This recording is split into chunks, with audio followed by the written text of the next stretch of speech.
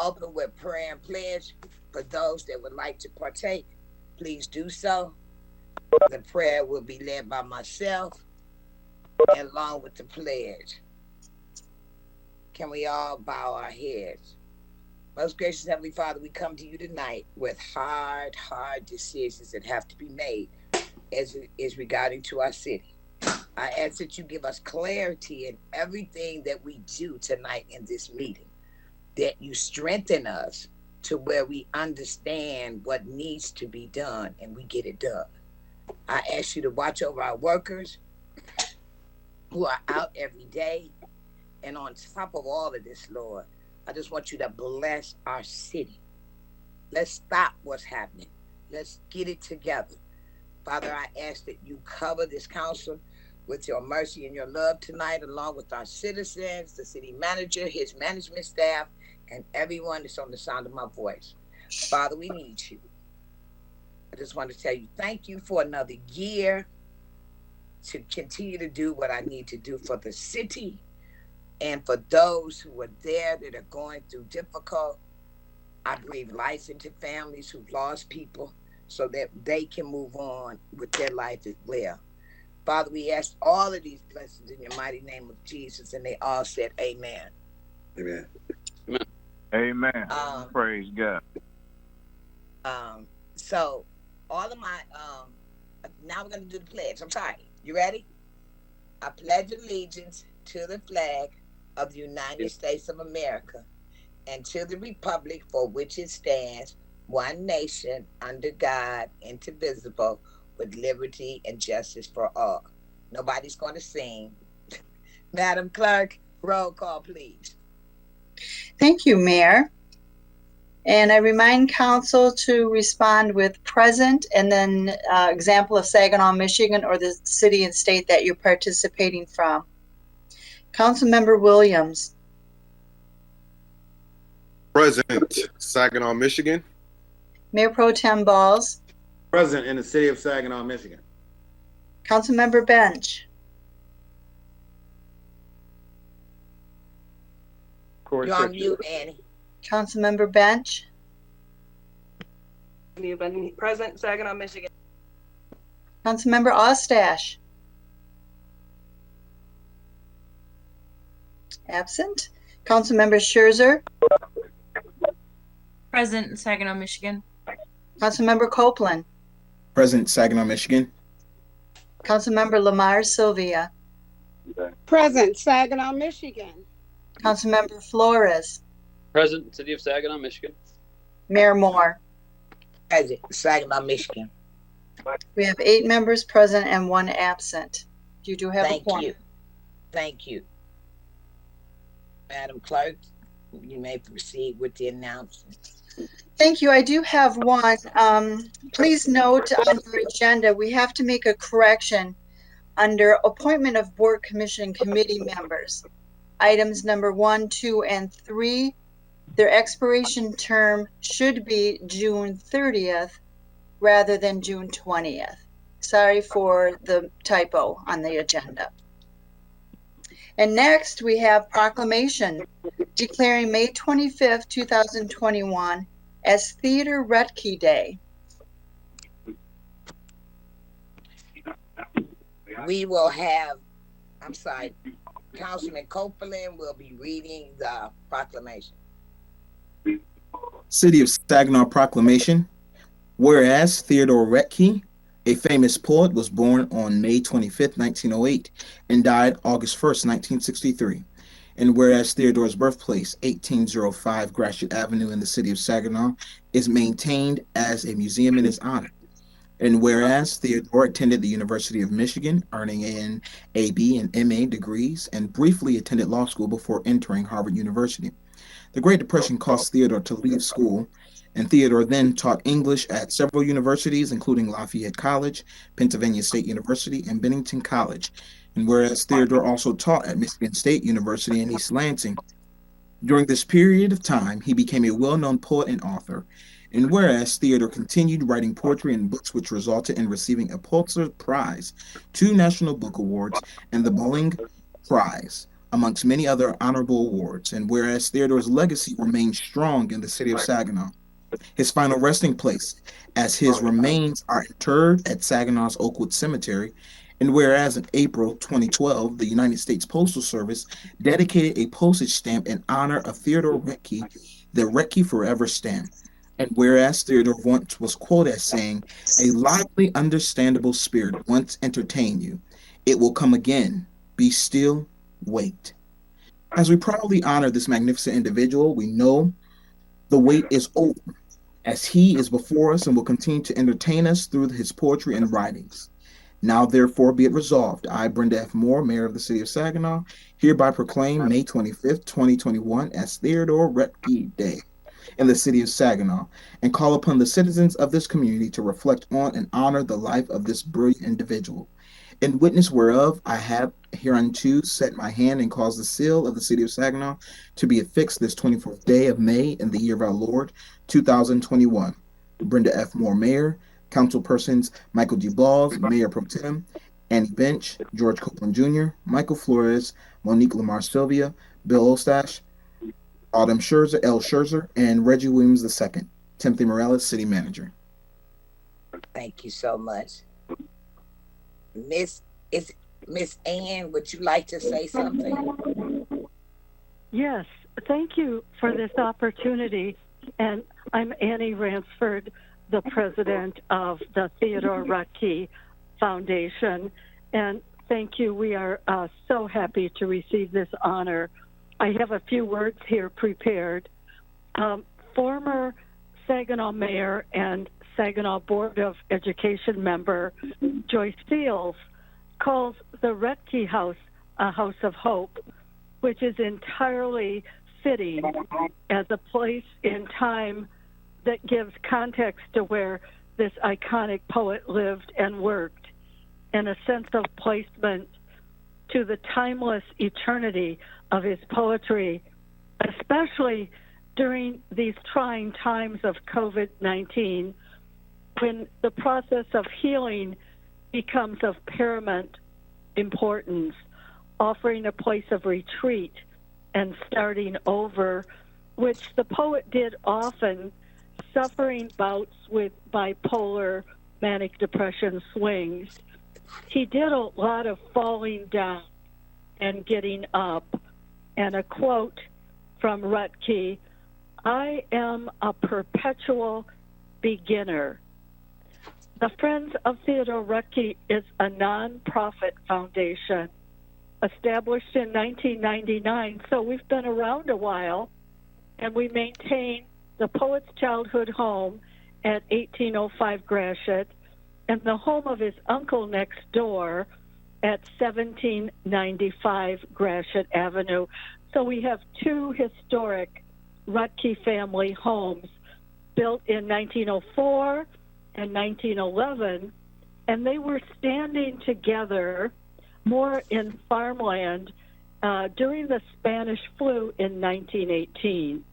The poet was then 10 years old, and his sister, June Retke, who taught in Saginaw all her life, was 5 years old at the time. Side by side, the Retke families weathered an unprecedented epidemic and all its unknowns. Another quote from Retke, "In a dark time, the eye begins to see."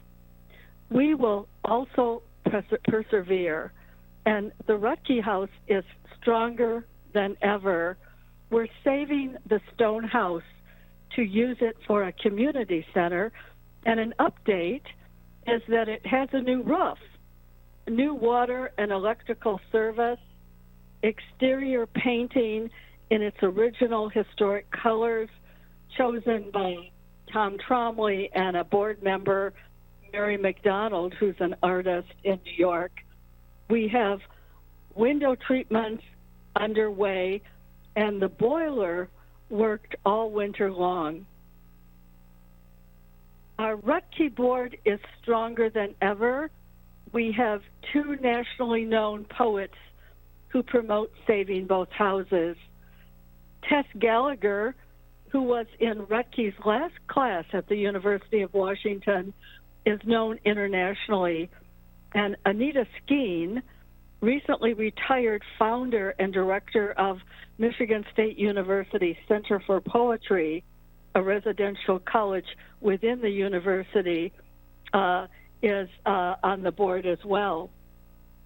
We have board members who know technology, and they've enabled us to offer virtual evenings prompted by the virus instead of holding in-person backyard literary picnics that we had for 20 years. And so now we do them virtually, and it's increased our audience. We have to put down Eastern Standard Time because we have audiences joining us from everywhere. This May, we are not only celebrating Rutke's birthday, but also the recent publication of an anthology of 44 essays edited by William Barillas. It's entitled A Field Guide to the Poetry of Theodore Rutke. And this May 25th, Tuesday, excuse me, William Barillas will speak on his anthology. A registration is needed, and you are able to find directions to register on our website, Friends of Theodore Rutke, or friendsofrutke.org. So I'll say that again, friendsofrutke.org. Thank you so much again for the honor, and I am so pleased to be able to speak on what we're doing. Thanks again. You're so welcome. Madam Clerk. Next order of business, Mayor, is public hearings. And our first hearing tonight is regarding the topic of fiscal year 2021-2022 proposed budget and property tax millage. Do we have anyone who would like to respond or make comments for our first public hearing? Mayor, we did have John Millen call in. John, are you with us? Yes. Thank you, Janet. You're welcome. Please go ahead. Good evening, Mayor Moore, council members, City Manager Morales, and staff. I am John Millen of 508 West Remington, and I wanted to speak briefly on 3 items in this year's proposed budget. The first is the increase in the solid waste fee. I've read the budget. I've read the rationale for this, and it is all solid reasoning. But I do want to mention this because when I was a council member, this was one of the top items I would hear from members of the public about its steady increase. And as I said, everything is solid on the reasoning for it. But should any additional funding become available, I would hope we might be able to either alleviate some of the increase or keep an increase from coming in the next year. One of the reasons I mention this is, although it is not considered a tax, it is one of the few enterprise fund fees that can be having a lien placed that adds to your property taxes. So I also know from past experience it is one of our hardest to collect fees in terms of percentage of people who pay it on time. And in that regard, I hope we can hold the line on it. Nothing wrong with our reasoning. Looks good. 2 other items have more of the potential for change. One is in the water department, in the lead pipe replacement. We know there's going to be some serious material cost increases there, and that's due to a general rise in commodity prices, the pipe we use to replace. Whether this item is eligible for any of the increased federal funding we may be receiving, I think that would hopefully be a place we can hold the line on any increase in the water fee for that program. I know that's planned in over a long period of time, but if it were to have to go up due to increased costs, maybe we could alleviate that. And the other one also concerns the possibility of the additional federal funds coming in this year. I hope we are able to use that to assist in our progress in blight removal. I know that's an area of tight budgeting, but we have made such good progress. If those federal funds are allowed to be used in that area, they may be able to help us in one weak spot, which is commercial demolitions. And those are just the three areas I thought I would mention. Looks like good work on another budget, and I know we are trying to get by with reduced revenues in some areas, and I hope we are able to make maximum impact on what we have. Thank you for your time this evening.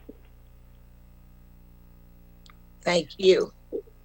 Thank you, Mayor. We also had Atwin Davis call in to speak during this hearing. Is he available? Yes, I am. My name is Atwin Davis.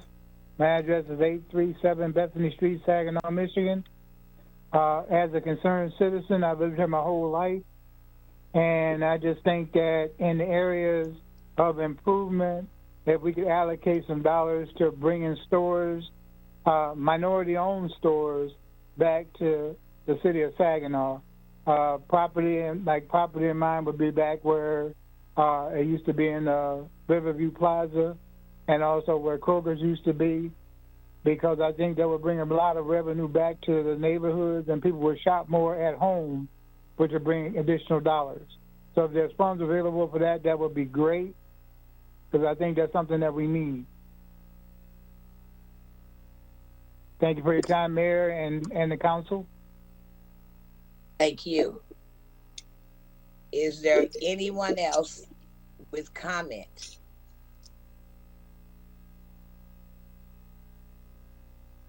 Is there anyone else with comments? Is there anyone else with comments? I need a motion to close this.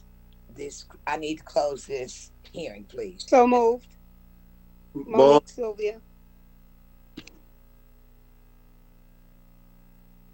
Ms. Jan, did you get that?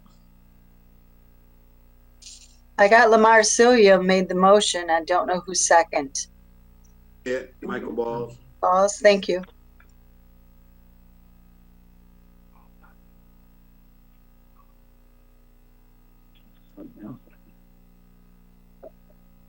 Okay, we have a motion and a second to close the hearing. We have a motion and a second. We're going to take a vote. All those in favor signify by saying aye.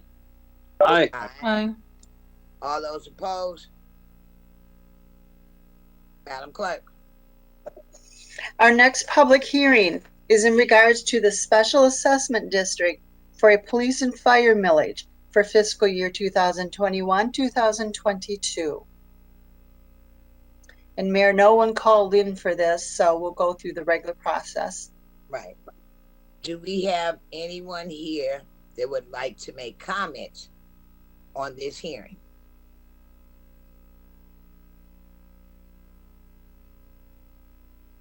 Do we have anyone here who would like to make comments on this hearing? Do we have anyone here that would like to make comments on this hearing? For the last time, for the good and the order, do we have anyone here who would like to make a motion?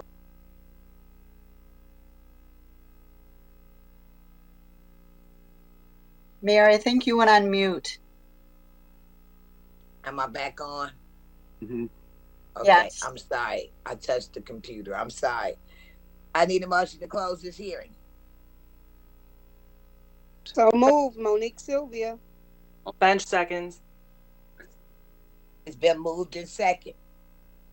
All those in favor signify by saying aye. Aye. Aye.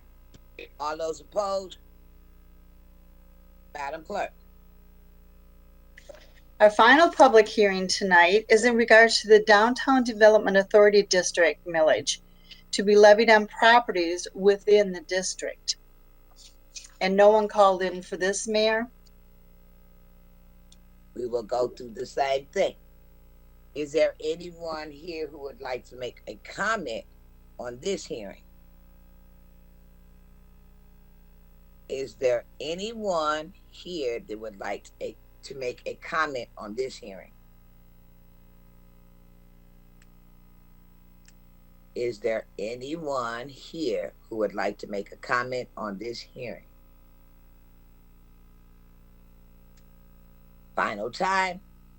Is there anyone here who would like to make a comment? I need a motion to close this hearing.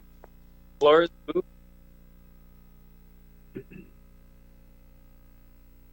Floor is moved. Second, Copeland. Second, Copeland. It's been moved in second. All those in favor signify by saying aye. Aye. Aye. All those opposed? Madam Clerk. Our next item is public input.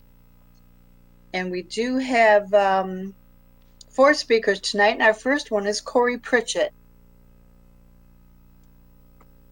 Corey, are you there? Yes. Can you hear me? Yes. Mayor, I think that Can you you're on mute again. Are you ready for Corey?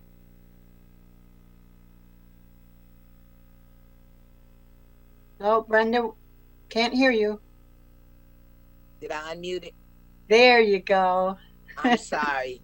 I'm sorry. I keep forgetting. I cannot put these papers and lean up on the computer. Before we do that, I just need to read this. All public speakers are allowed 3 minutes. Please get in your important issues within that 3 minutes. And Madam Clerk, we may now begin. Yes, Corey Pritchett, you're available and ready? Yeah, Please can you start. hear me? Yes, please start. Okay. Okay, greetings. My name is Corey Pritchett. I am here representing S Live, which stands for Saginaw Life is Valuable Every Day. It's a new initiative here in the community. I want to first start by saying why it's needed, and then I'll talk about what we're doing.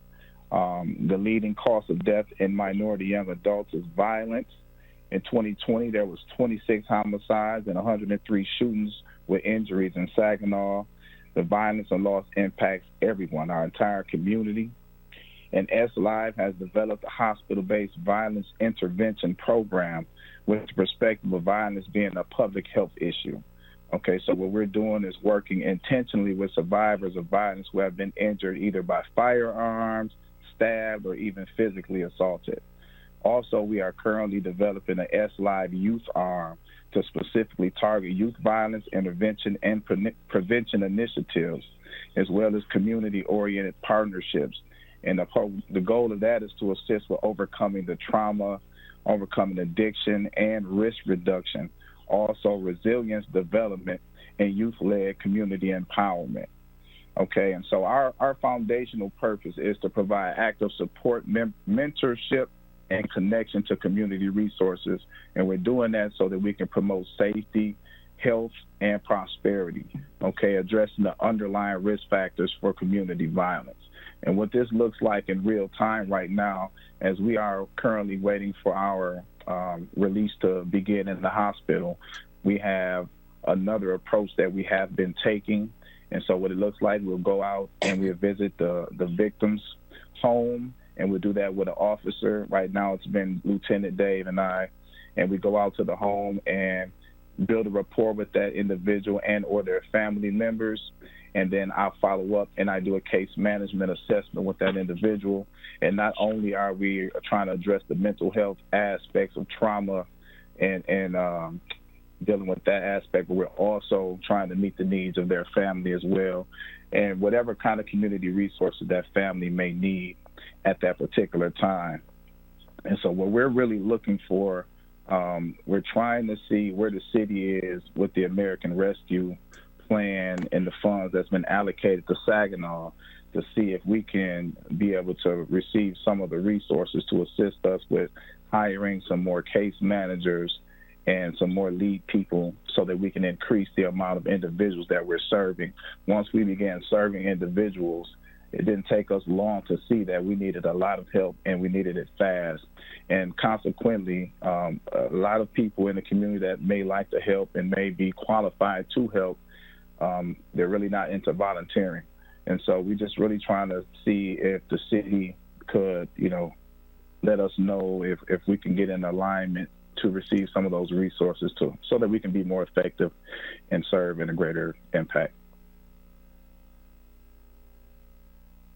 I believe that's 3 minutes. Thank you so much, Mr. Pritchett. The appropriate department will get back with you in response to your ask. Mayor, our next speaker is Pastor Hurley Coleman. Thank you, Madam Clerk, Madam Mayor and City Council, Mr. Manager and staff, administrative staff. My name is Hurley J. Coleman, Jr. I reside at 1587 Delta Drive in Saginaw, Michigan. And I want to discuss the resources that are coming to the city as a result of the American Rescue Act. It is a federal initiative that has come from Washington through many channels directly to the city in the form of an allocation. And the allocation is pretty general, and so I'm not going to be very specific in my conversation with you tonight, but I just want to encourage you to take a very strong opportunity, because we're at a major inflection point, not only in the city of Saginaw, but in our society. And you may have, Madam Mayor and City Council, you may have one of the most potent opportunities for community engagement that I've witnessed in recent years. And in my going to and fro, engaged with many people in the community, I'm hearing from so many young people who have never been involved in political activity, but they're keenly interested in government and what government can do because they want to see something happen. And since the decisions for the spending of these funds are left to each municipality, I'm encouraging you, Mr. Manager and City Council, to take advantage of the opportunity to put the future in the budget, put the future in the plans, and to look closely at the dollars that can directly affect those citizens. And I would like to hear you talking about those doing things that would affect those citizens 30 and under. And many of you know that I have a strong background in parks and recreation, having served in my career here in the city of Saginaw, in the county, and throughout the state and even in the country on a national level. And I know that it's difficult for me to think about every day the fact that there is so little direct funds invested in the quality of life that comes through recreation and services toward that. These young people are going to be talking. You're going to hear from them. I'm just asking that you would listen to them. There's some ideas that are in this fund that can really impact the community. The things that have happened to people as a result of the pandemic and crime in the city and all the other social issues are creating a unique opportunity for you to think creatively. $54 million can do a great deal. I read the act. I read the 150 pages, and there's a provision in it that allows you to hire people. It doesn't specify what jobs are or even that you have to replace existing jobs. It could be very useful to create a pool of individuals who will study out ways to, over the next 36 months, make investments in this community that will have long-term impact. The opportunity to look closely at the needs of those that can be addressed over these next 36 months. And I hope that you don't get caught up thinking that you got to spend money in the short term because Mayor, the long term will take care of itself. Mayor, his time has expired. Oh, And I sorry. apologize. I apologize. I'm finished. I think you got my point. Thank you for giving me an opportunity. Thank you so much. Our next speaker, thank you. Our next speaker is Beverly Westbrook. Beverly, are you with us?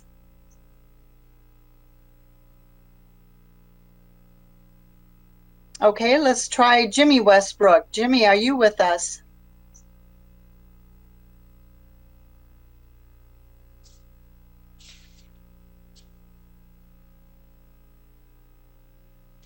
They're not responding, Mayor, so I'm not sure if they've called in or what your wish is. I'm learning how to stroll. And Mr. and Mrs. Westbrook, are you on the line? Mr. and Mrs. Westbrook, are you on the line? I think that we should move on. I would agree with that. Our next item then is remarks of council. Good evening, fellow council persons. You have 3 minutes to make your remarks. So everyone, please stay within your 3 minutes. We will begin tonight with Councilman Ostash. Thanks, Mayor, and welcome everybody to our meeting tonight. Thank you for our speakers to come and share some time with us and share what's on your mind. And Corey, thanks for coming and talking to us about the SLI program. That sounds like a really great thing that's for our city. Just a couple of things, Mayor, that I had on the list to talk about tonight. We had the opportunity to hang out with a few of my fellow council members for our team up for cleanup in the city that the city staff did a great job putting together, and I know the mayor was involved and everybody on that. So that was just a great morning. It was good to see some faces that we haven't seen in a while and get out there and just do something good for our city. Also, our social media guy, Phil, did a nice wrap up afterwards video with a lot of drone footage. Hello? And such.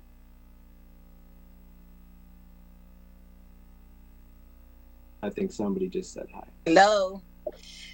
Please continue your time, Councilman Ostash. Okay, thanks. Hello? Thanks.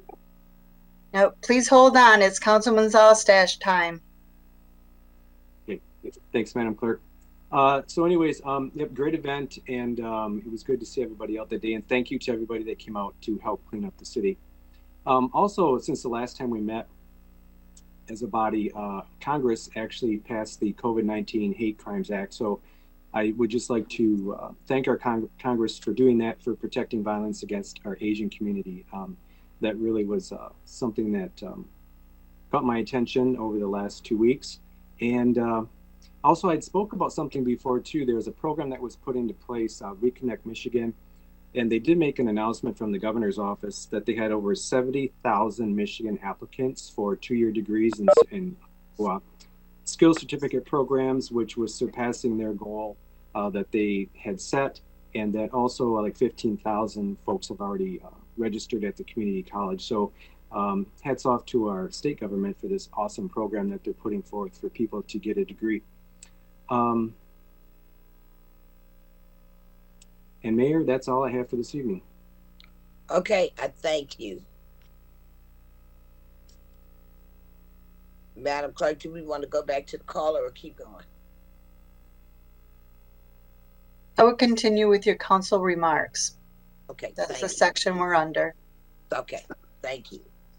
Our next speaker will be Councilwoman Scherzer. Thank you, Madam Mayor. First, I'd like to thank our speakers for coming. We truly appreciate hearing from our constituents. I too feel we have quite a bit of decision making to do regarding the relief funds. But with all transparency, I know that this council and our city management, as well as our city manager and department heads, are going to be taking the best approach possible to distribute these funds. So I know there's a lot of information coming out and updates. So stay tuned as this monies will be discussed, and then also some big decisions will be coming soon. I just want to remind everyone that the Mid-Michigan Waste Authority's next date is June 19th from 8 a.m. to 12 p.m. And I keep looking this way because it's posted on my wall. And so that's the household hazardous waste, electronics, and paint. There's document shredding as well. That information is on the City of Saginaw's Facebook page, as well as the Mid-Michigan Waste Management page. So please don't throw them away. Don't put them out on the curb. Take advantage of the Michigan waste and disregard them appropriately. I would be I would be upset with myself if I didn't again wish George Copeland congratulations on winning the Zeta Phi Beta Up and Coming Trailblazer Award, which he was honored on Saturday for that.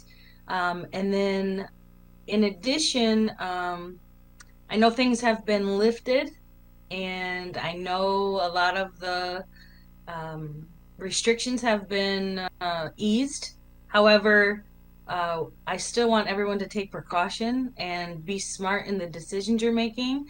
We are approving a lot of festivals and events in the city of Saginaw tonight, which is great because a lot of them have been missed. It's been a long time. It's outdoor venues. However, I just want everyone to think and be smart in the decisions you're making. And of course, if you have the opportunity to get vaccinated. And last but not least, a very, very, very happy birthday to our mayor, Brenda Moore. She's saying no, no, no, no, no. But happy birthday to you. That is all I have. Thank you. Thank you. Next, we have Councilman Copeland. Good evening, everyone. Thank you again to Reverend Copeland, Mr. Pritchett, Mr. Davis, and Mr. Maline for your comments tonight. Reverend Coleman for those spirited comments. Thank you. I enjoy hearing from our constituents. I also want to just say I don't have much tonight. Just really happy to be here. Happy that the summer is here. It's been amazing seeing our high school students who attended prom, giving them an opportunity to celebrate. I was so happy to see that, and also preparing for them to graduate. So I'm really looking forward to opportunities being available for our young people to get them involved in the city of Saginaw over the summer, put their hands to good use. Also, I would like to say again, congratulations to Councilwoman Scherzer for winning the Community Impact Service Award from the Zeta Phi Beta, Zeta Omega Zeta chapter. They did an amazing job this Saturday. So I want to say congratulations to you again. I do want to say, please, please, please stay safe. Please check on your families. We've been seeing everything that's going on in our city. I'm praying, I'm believing the Lord that He will turn some things around, but also I believe that it is a sense and a calling to us as our neighbors to care about each other. I'm going to give this encouragement to the citizens of Saginaw. It's getting a little warm outside. I encourage you to knock on your neighbor's door just to check on them, check and make sure everyone's doing okay. I think this is a great opportunity for us to love on our neighbors and treat our neighbors as ourselves. And so let's continue to stay together. Again, and also happy birthday to our mayor. That is all. And I also want to say thank you to Councilwoman Bench. I don't know if she's starting a business, but if you are into herbs, she has a green thumb. So I encourage you for that. Thank you again. And to all the resident citizens of Saginaw, please be safe, Godspeed, and please stay safe. If you don't want to wear a mask, I'm not telling you to, but please, please, please be smart, but stay safe because I'm excited to get out. Thank you. Next, we have Councilwoman Sylvia. Good evening, everyone. Mayor Pro Tem. First of all, I'd like to thank the young people that addressed council today: John Millen, Antoine Davis, Corey Pritchett, and Hurley Coleman Jr. I listened to what they had to say, very informational, and hopefully we will be able to get back with them. Also like to say thumbs up to Team Up to Clean Up. It was awesome. Oh, so many people were so upset that they weren't able to make it. They were working or had other things. I've had so many calls, Mayor. They want to do it again. So that I'm gonna throw that ball over there into the mayor's court and to see what we can do with doing some more Team Up to Clean Up. It was very awesome. Also, I would just like to address council. You probably have to cut me off with my 3 minutes. But I've had so many people concerned. I know a while ago, Councilman Williams said we have to do better as a council. I'm going to reiterate that we have to do better as a council. We all do not agree. We didn't come to all agree. We are a council voted in by the people of the city of Saginaw. Our personal views with each other, different things that the city of Saginaw have come to me personally saying they don't understand, the rolling of the eyes, the back and forth. I mean, it's like the elephant in the room. We see it, we hear it. It needs to stop. It should have stopped yesterday. Uh, we were elected to do a job for the city.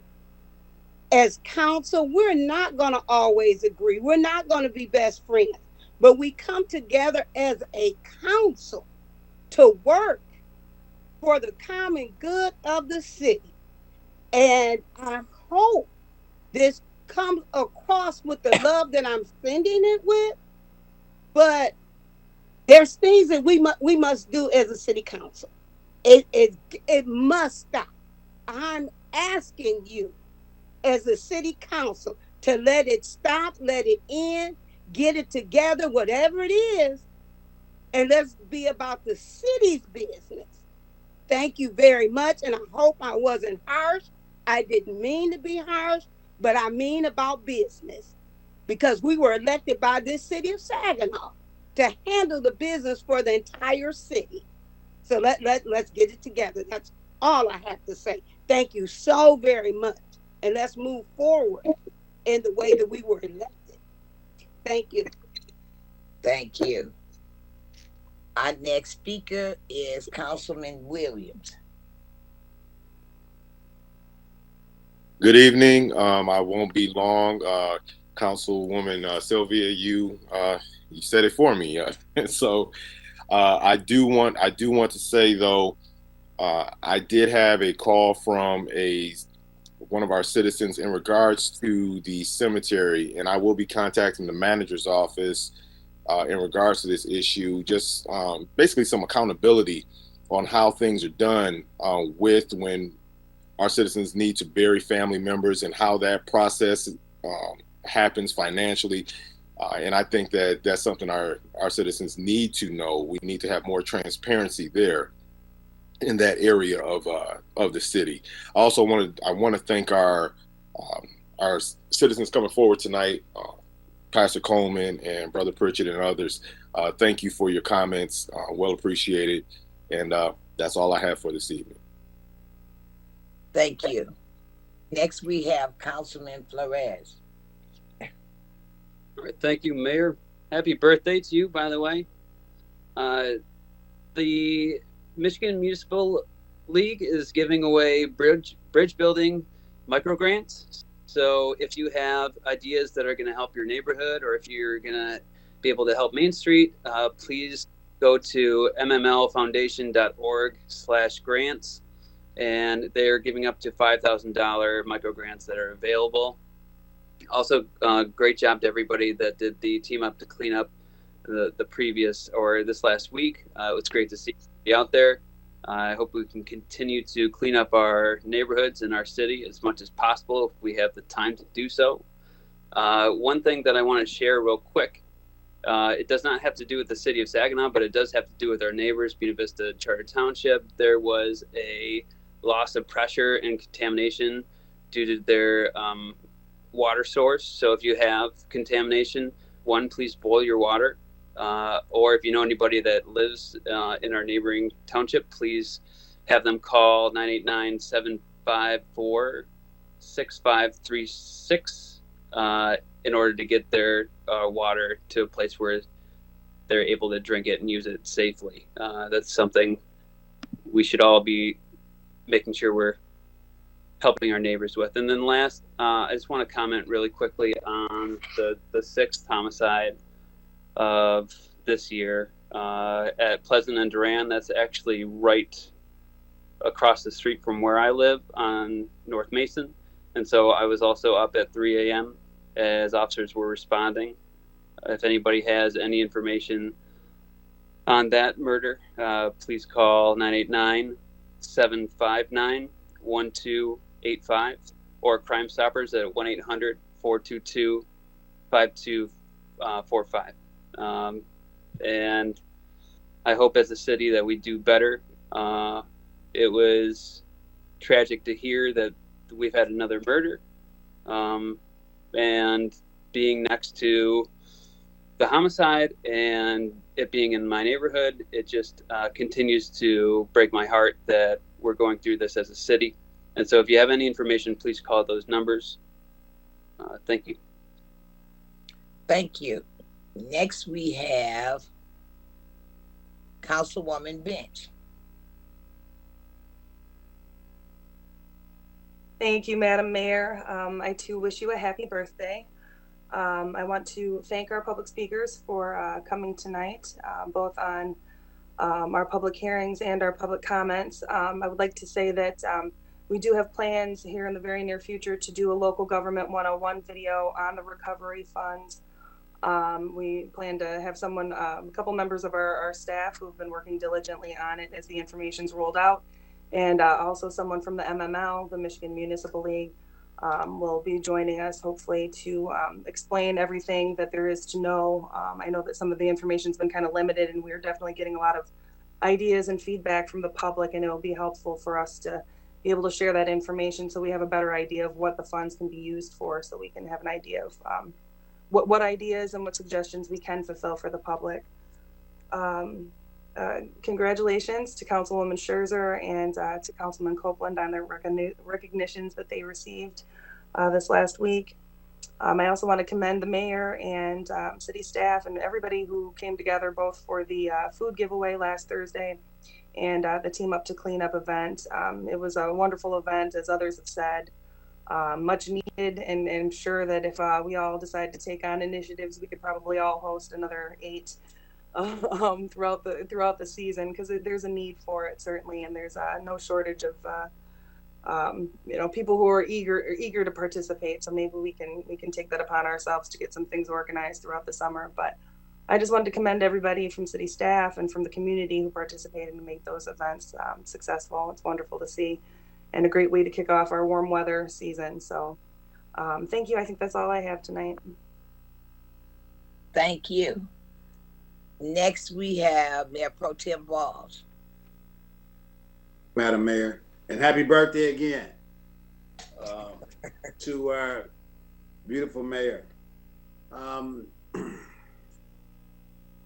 At the city meeting earlier today, the mayor, myself, city manager, clerk, and a couple other people get together, and the lawyers and stuff, and talk about the city council meetings before we get here.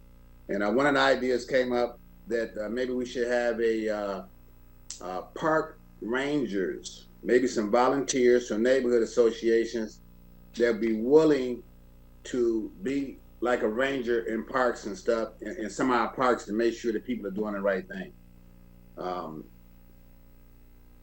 They don't have to tell anybody what to do, but just be there and observe. And then maybe that would, maybe some people would stop doing some of the negative stuff they do, but they know people out there watching.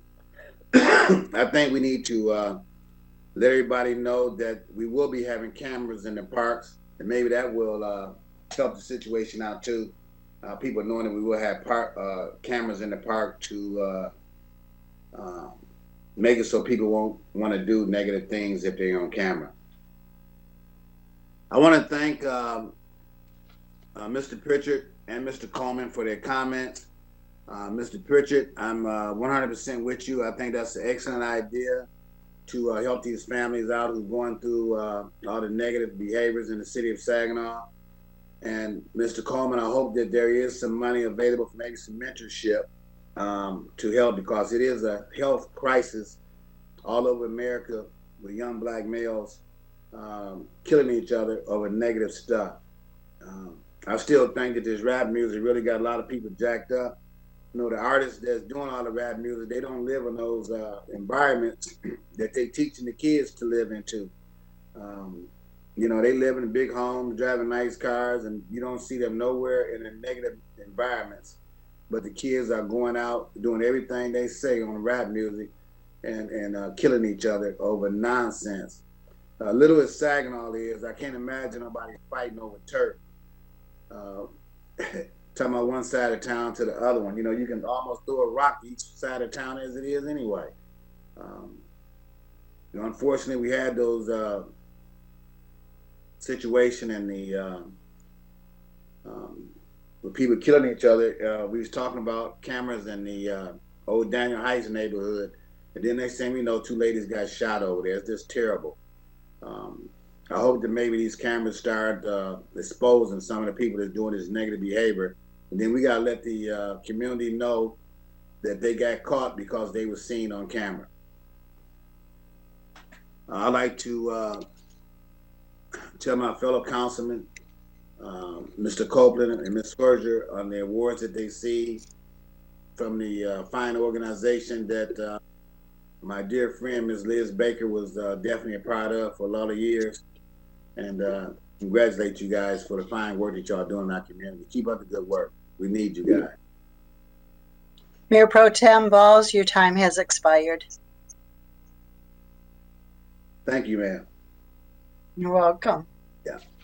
And last but not least is me.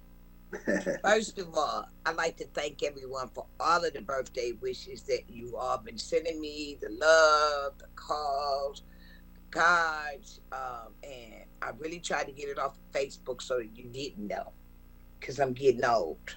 Okay? So I really didn't want to make a big deal. I'd like to just talk to my fellow council people and to the city. First of all, I'd like to thank everyone who has helped me in any of my endeavors that I've done in the last 6 months. I hear the need and I hear the cry to do things in the community. I am challenging my other fellow council persons to take the charge. I heard Councilwoman Silvers talk about the cleanup. I just wanted to be an annual event. I just want to do it once a year. But one of you guys can do it further than that. There's a lot of stuff that can be done in the city, so I am challenging my fellow council persons to get involved, to do something that is going to be productive for our citizens. That's one. Two, when we did the food giveaway and when we did the cleanup committee, I cannot stop thanking Saginaw for all of those efforts, along with my fellow council persons who attended. It was phenomenal. We serviced over 1,800 pounds of food, feeding over 300 families, and they were truly appreciative. I don't want to start calling out groups because I'm not good at names. I'm good at faces. So I just want to publicly thank everyone who took part in any of the activities that I've done, and along with my fellow council people. I'm sorry, because I'm not an I thing. It's a we thing that we have done from this city council. I'd like to thank you. I'd like to thank you from the bottom of my heart. Without our citizens, we are nowhere. We can't do anything without them. So when we think we're at our weakest point, trust me, that's when we pull each other up. So I'm asking all my council people, we're going to get it together. We are together, and we are going to start acting like we're together. So that's all I have to say, other than let's move on. Madam Clerk. Thank you, Mayor. Your next order of business is the reports from the city manager. Mr. Manager. Thank you, Mayor. And I would also commend the mayor for both the team up to clean up and the food giveaway that she did in the past few weeks. And I would also say that we do like those events. Vicki Davis and Rachel Hozeska in my office helped the mayor quite a bit. So I agree that the once a year is a good amount to have that, but I hope that these types of events will encourage and not just other council members, but other members in our community to host events like that as well. Because it does take a lot of work, and I know Brenda can attest to that because she's in the office quite a bit, helping to plan all these things and working with Vicki and Rachel on putting that together. And I know for the food giveaway, the mayor had to do a lot of recruitment to get enough volunteers to be able to make that happen. So it does take a lot to put these things together. The parks issues, as the council or Mayor Pro Tem Balls mentioned, that does continue to be an issue. We continue to have events in our park that are violent occurrences and also property damage and different things like that. So I think these cameras that council approved to put at Ojibwe Island, they are not installed yet. They're ordered, but that's a new kind of camera that we're trying out that has a longer distance. It's uses a cellular signal, and I think that will be a great test for putting these out in other parks, because we do continue to have incidents in parks throughout the city. And I think this will be a good tool because, as Mayor Pro Tem mentioned, the police officers are busy. So when you see things in a park, sometimes or many times they can't get there in time when it's happening. But if these things are on video and recorded, that gives them something to utilize for any kind of investigation for property damage and different things like that. City Council will be asked to vote on the budget this evening, as was discussed in the public hearings. And I trust that Yolanda Jones and the OMB staff have answered any questions that council members have submitted. And once again, I'd like to thank Yolanda, the OMB staff, and department heads for their work on balancing the budget this year. It's always difficult to do that, but it's been even more difficult this year due to revenue restrictions due to COVID-19. So I thank all of them for their hard work. The water delinquency balance is currently around $1 million, and we have 750 accounts that are past due. This is slightly up from our last report, and we cannot continue to have such a high amount of past due collections because eventually that's going to have an impact on the cash flow of the city. So fiscal services staff has attempted to call every customer who is past due and advise them to seek assistance or arrangements. United Way sent letters last week to occupants of about 400 addresses with balances over $500 as an additional effort to reach out to customers in jeopardy of shutoff. United Way still has funds available. If a utility customer is not eligible for assistance, they are advised to call the water department as soon as possible to set up a payment plan to avoid shutoffs. We're planning to resume shutoffs on June 15th, but we'll make every effort to work with any customer who is seeking assistance or setting up a payment plan. The U.S. Department of Treasury did release guidance regarding the American Rescue Plan allocations. It is over a 130-page document. The financial management team has been reviewing the guidelines and attending multiple webinars that have been hosted by the National League of Cities, the White House, Michigan Department of Treasury, and the Government Finance Officers Association. I don't know that there's anybody right now that can tell you exactly what these funds can be spent on in many cases, because there's more guidance coming out. I actually just got an email as the meeting started that Treasury just released additional guidelines tonight. And we are also anticipating additional rules from Treasury after the interim final rule comment period closes on July 19th. And if that doesn't tell you anything about the federal government, interim final rule, that phrase should tell you about some efficiencies there. But there are several addendums that are expected to the document that Treasury released last week. So encourage people to be patient, as there's still a lot of that needs to be figured out in the eligible uses for those funds.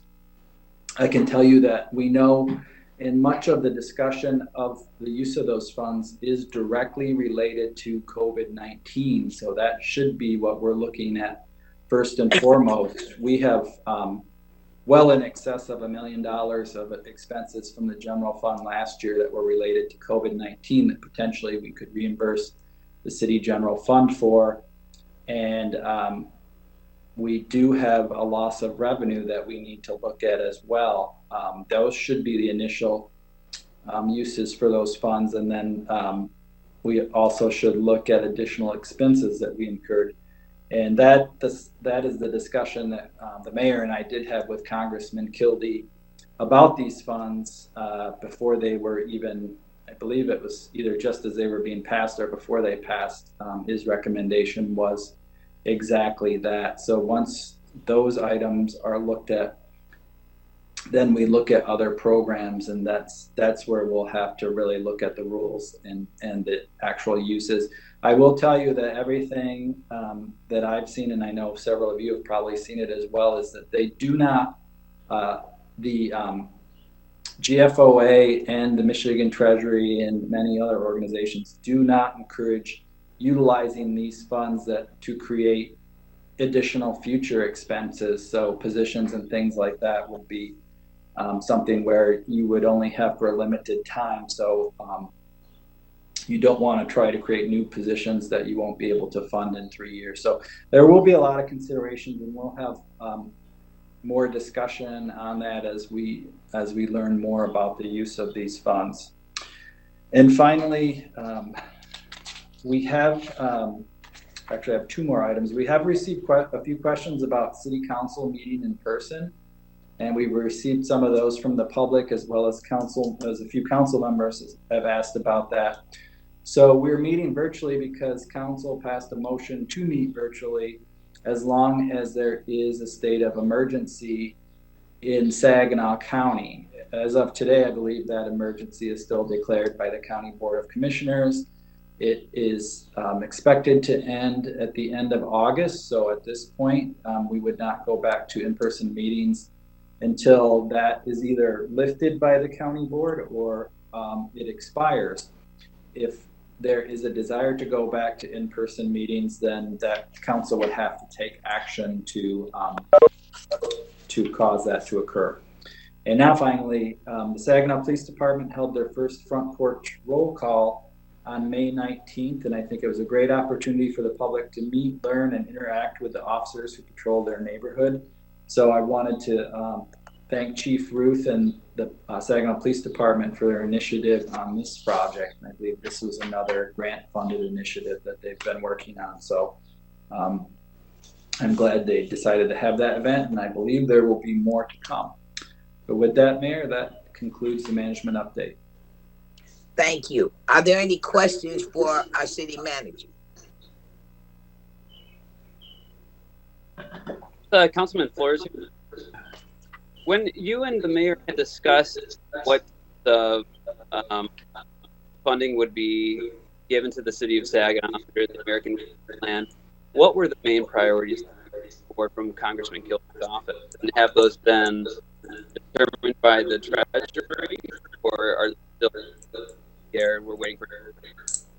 So at that time, Treasury had not put any guidelines in place. So the discussion that we had with the congressman in his office was really based on the general portion of the legislation. And I believe that a lot of those points do deal with revenue replacement due to lost revenue from COVID-19 and expense reimbursement. There's a lot of discussion about travel and tourism, returning travel and tourism. There's a lot of discussion about assistance to businesses that have been impacted by COVID-19. We discussed potential to assist individuals who have been impacted by COVID-19. So maybe looking at inability to pay property taxes or other things like that. But at that point, that's the level of discussion that we've had. So as these general rules come out, from Treasury, I think that's where you look at more detail. So we have this interim final rules, and then they have a comment period from Treasury. They'll get those comments back, I suspect, and then make any amendments to that, and then you'll have the final rule after that comment period. Thank you. Do we have any more questions? Mayor Moore, Ostash does.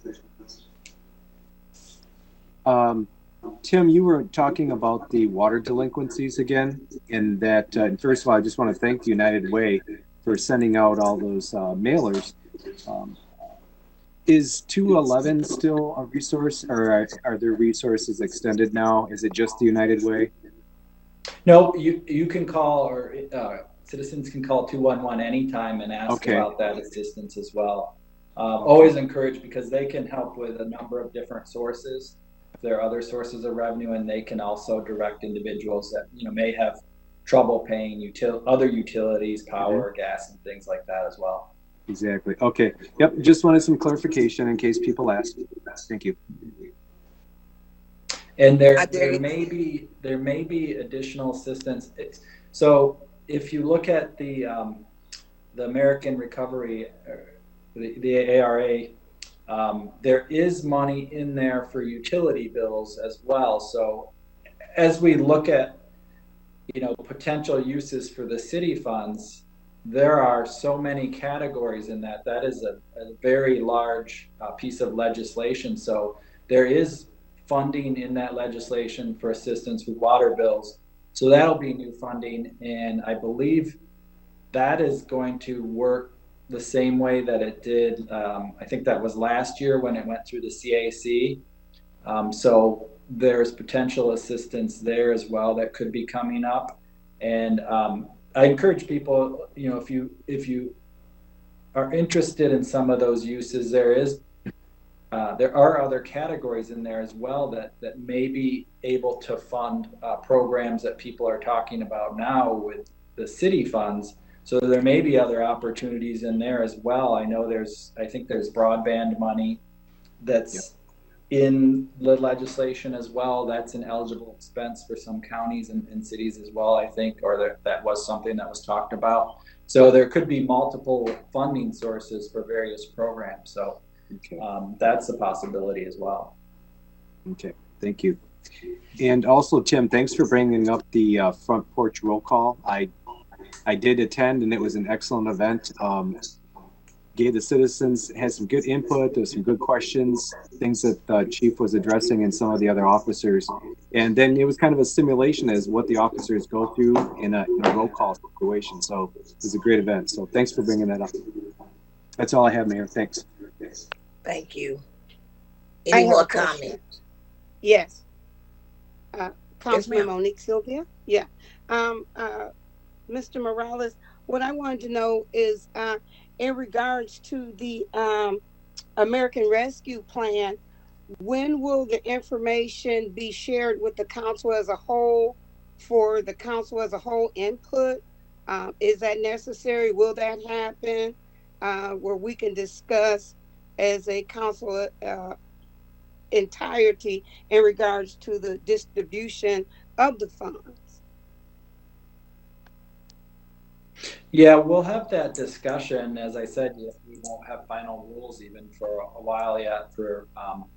But after that, we'll be able to talk. I think generally, you won't be able to, I think, sit in a meeting and allocate all of this money at once. In fact, we're not allocated the entire amount even now. It's a half a payment. But the mayor and I had talked about this, and it may be a good topic to do during a strategic planning session. So if we're looking at the COVID restrictions being lifted and the state of emergency expiring, that is, I think, a good opportunity to have that public meeting where we can discuss those general rules that are coming out and provide you that information. I think it will be a lot more effective in person as well. So that's what the mayor and I talked about, and I do think that that's a good idea. We do have 3 years to spend the money, so at this point, we're not under pressure to immediately begin spending it. In fact, especially without the rules being finalized at this point. Right. So that's probably what we're aiming to do at this point. Okay. And my other question is, am I correct that the city has approximately 54 million and the county of Saginaw has their own dollars to work with? You are correct. I think it's a little bit less than 54 million. I'd have to check with Okay. Yolanda, It is. but somewhere It around is. 50, but it's around 52 million. And yes, the Okay. county does have an allocation as well. So, and that's something that they would be administering through their county controller and the county board of commissioners. Okay. Thank you very much. Are there any more questions? Miss Jan, I was just told that the Westbrooks were trying to get on and couldn't get their phone off of mute. I don't know if we go back or how we handle that. Well, I believe we're past that point of order on your agenda. So we maybe we could contact the master. Can they come back to the next meeting, please? Yeah, we'll follow up with them. I thank you so much for that. Do we have any more questions for our city manager? Oh, ain't much. Any more questions for our city manager? Okay, Madam Clerk. Your next order of business is the consent agenda. The consent agenda has been available at City Hall and on the city webpage and on SGTV channel 191. I need a motion to approve the consent agenda. The consent agenda, leaving rooms for exception. So moved. Ball support. Ms. Jan, did you get it? I believe that was Scherzer moved and Ball's second. Yes. Thank you. Thank you. Only reason I ask is because we're not flipping the screen, so we hear you. It's different when we're in public. Okay. There's a motion that has been second on the floor.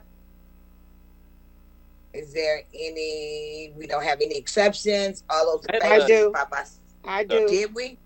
Yeah, you go ahead, Councilwoman Sylvia, first. I have exception. Number 6 and number 8. Great. And then I had exceptions for number 1, 2, 4, 6, 10, 11, and 13. Would you repeat those, please? 1, 2, 4, 6, 10, 11, and 13. Thank you. You're welcome.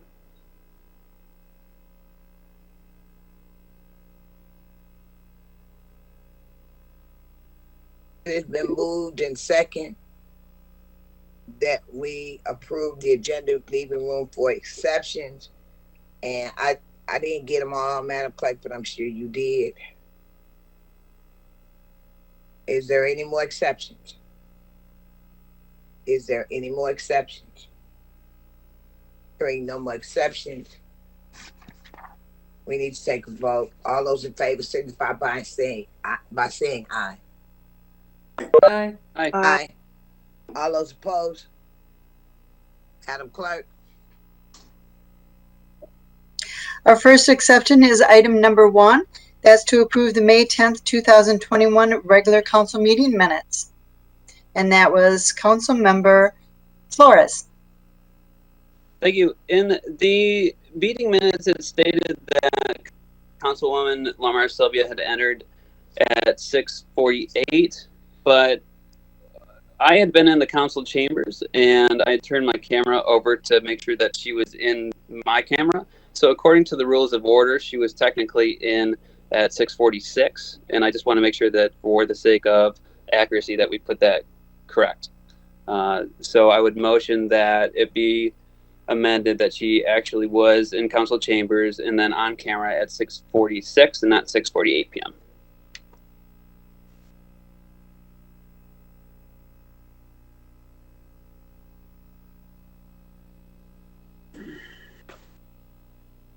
Any more discussion?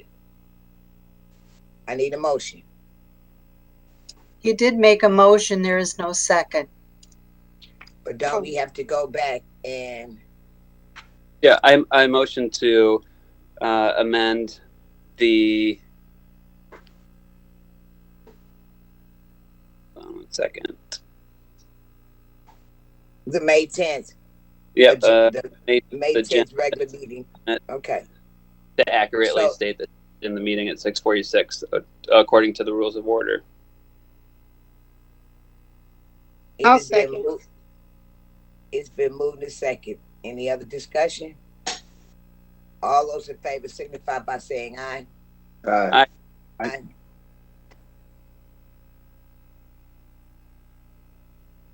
Madam Clerk. I'm sorry, was the motion approved? I didn't hear any nays. Yes, ma'am. Thank you. Yes, ma'am.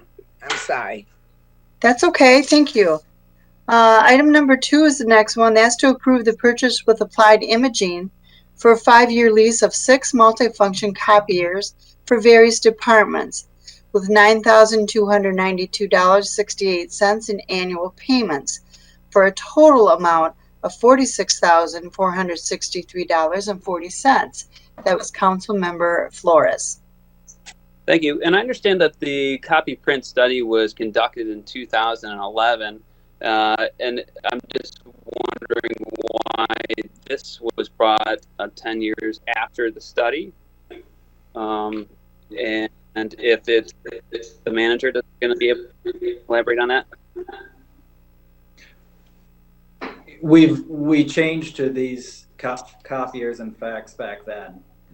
This is just renewing leases or getting new leases as those leases expired. So for those of you who don't recall or weren't on council, we used to operate with several printers. A lot of people had printers on their desks back years ago. I guess it was 2011, as Councilman Flores mentioned. We did a cost analysis. It was cheaper to have these multifunction copier, scanners, and fax machines basically in a large office and shared by all of the employees in that area. So we weren't buying as much printer ink and replacing those machines.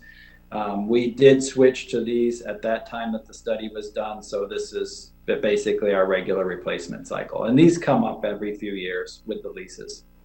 And when was the last year that they came? They're 5-year leases for 6 of them. So these ones came up 5 years ago. But there are various different ones. There are different copiers at the police department. So this is for 6 of them. We have more than 6 throughout the city, but they're on different timing periods for their leases. And the study doesn't show that there is a cost with this. Yes, this is more cost efficient than having the multiple individual printers. Okay, great. I'm going to accept this recommendation for item 2. It's been moved. Can I get a second? Substantial support. It's been moved in second. Any more discussion?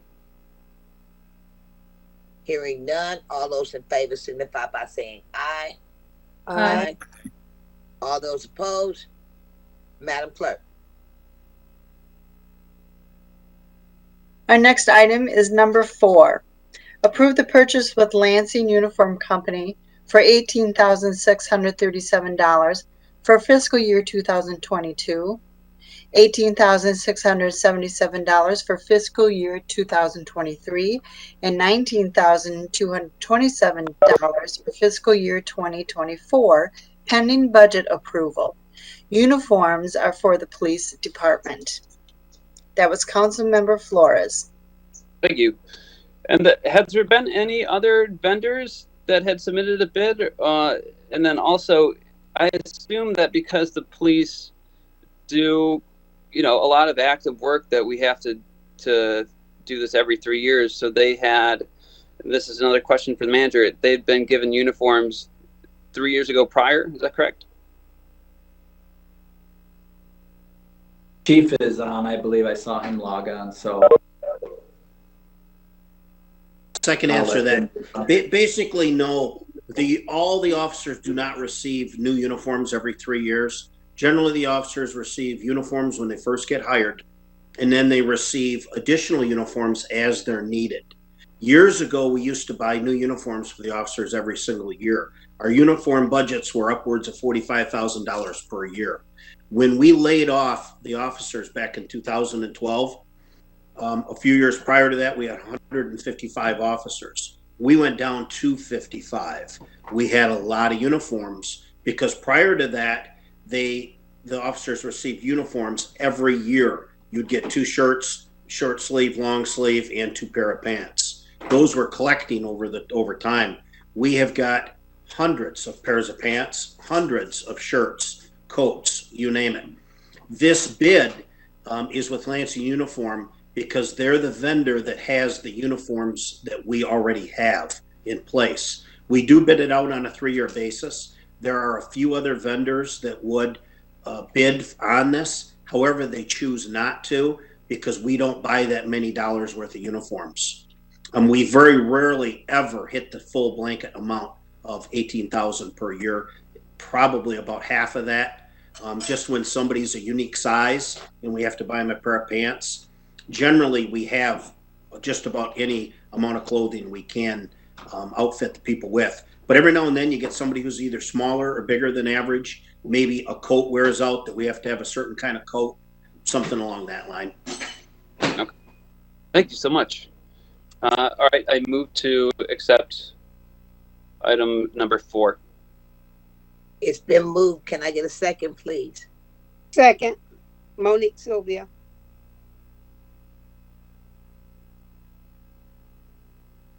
It's been moved in second. Any more discussion? I'm sorry. All those in favor signify by saying aye. Aye. Aye. All those opposed? Madam Clerk. Thank you. Our next item is number 6. Is to approve a 1-year adopt a public space agreement with Old Town Saginaw Association and authorize the city manager to approve extensions of the agreement for subsequent years. This was Councilmember Lamar Sylvia.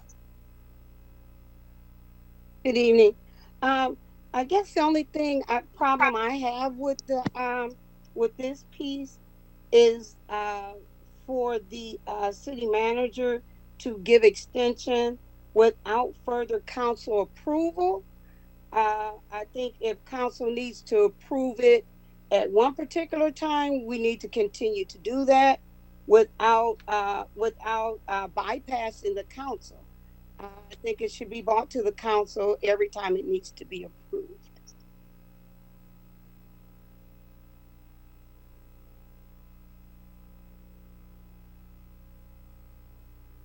So, because that just kind of got me without council approval. City Manager, Mr. Morales. I think the city attorney was going to comment. I believe this is consistent with these types of park agreements. Okay. Correct. This is one of our standard agreements. It was originally an adopt a park agreement. It's evolved over the years to encompass a few other things, including these like street mural and other type of art projects. But this is a standard agreement. It doesn't involve any monetary expense really, except for staff time in reviewing and approving activities. So it's something that could be approved by the city manager for subsequent renewals. They're written for 1 year, but when we have an active organization that's undertaking a community beautification project, we like to renew those on an annual basis for ease. Okay. I move to approve that. Okay. I just wanted to comment real quick in terms of the definition between graffiti and street art. Who would be deciding that? Would it be Old Town Saginaw Association? We've had meetings with a public group that is interested in this, and it's included, you all know Jamie Forbes has been involved in the discussion, and we've also had people involved with the art museum. So, and also we've talked about it on the DADA, so we've had some other people in the arts comment on this, and art is subjective, so we understand there's going to be different viewpoints on things like this, but if there are things that are obscene or foul language and stuff, that kind of thing would be removed. And we also we're trying to create, I think the general idea is an area for that. So if it expands beyond the area that we're talking about, then we would remove it as well. There's a lot of other private property and other city property down there that we're not trying to have as different art painted on. So that's the general idea of this area, and I'm sure there will be more discussion about what's going to be painted there and when it happens, and there will likely be some points where people differ on those ideas, but that's all part of the discussion. And Mr. Morales, if I could follow up, there is a specific provision in the agreement that provides that any art cannot contain any nudity, profanity, gang signs, or depictions of drug or alcohol use, nor is it allowed to endorse any particular person, product, or idea. So it can't, have political activity or those sort of things. And so discussions are still being had in terms of what's going to be put onto this canvas. And do you know when they're going to finalize? Excuse me, Mayor Moore. Yes, Mayor Moore, we have a motion out there. We do not have a second. To continue discussion, we should have a second for that motion. we have a motion on the floor. I need a second. Can you repeat, please? I'm sorry, you're breaking up. Bench will second the motion. Okay, it's been moved to second. Mr. Flores, you were Councilman discussing. Flores, I think that going back to the question, that I don't think they have a planned event to have an art exhibit done. It's more of a general cleanup of some of the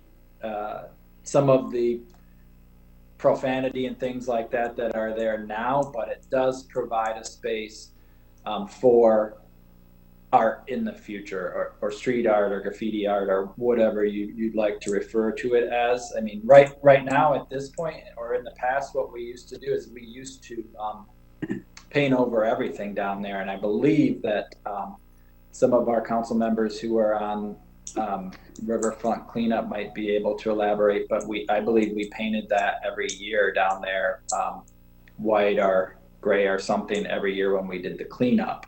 So we won't be doing that anymore. We plan to leave the art that's there, but clean up the things that, as the city attorney mentioned in there, would be profanity or nudity or different things like that. But I don't believe they have an event or anything like that planned at this point.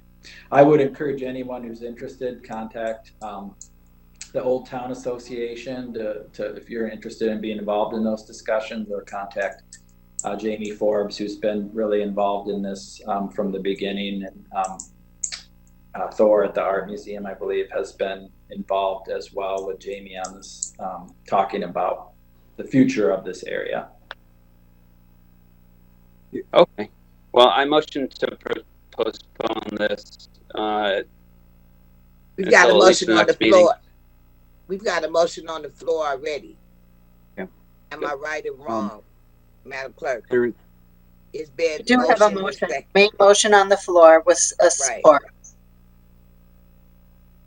Ostrich was just going to make a comment based on what the manager was just talking about. The Old Town Association meeting, they meet the second Wednesday at 5:30 every month. So you could go down and you could share ideas with them, because I've already got ideas I'd like to go down and talk to them about, you know, engaging more of the local artists. And actually too, other municipalities have put up canvases to let the local artists come in and do projects. So I hope that helps. Could you elaborate? I'm sorry. Was it which other ones? There have been other municipalities, especially if you're talking in Old Town, which is a historic district, where they've had people painting on the buildings, which again, to get the paint off sometimes could be difficult without destroying or harming the brick. There is a process to do that, but they've also created spaces for local artists to come in and paint on a canvas. So you could put canvas on a building, and then they can come in and they can do projects like that. So these might be some opportunities for us to engage the Old Town folks, being they're taking on this initiative. And like the city manager and the attorney have already alluded to, where there would be some sort of an agreement where there will be some sort of stipulation around the art that is being created. I think it just creates opportunity.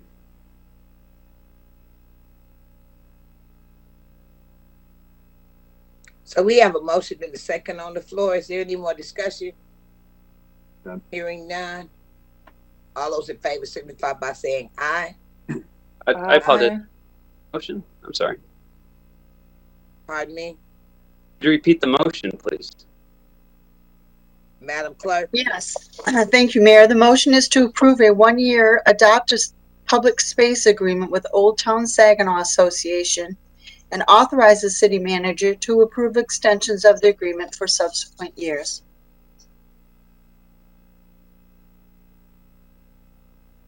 And it was motion by? I'm sorry, what did you say? It was motioned and seconded by who? It was motioned and it was seconded.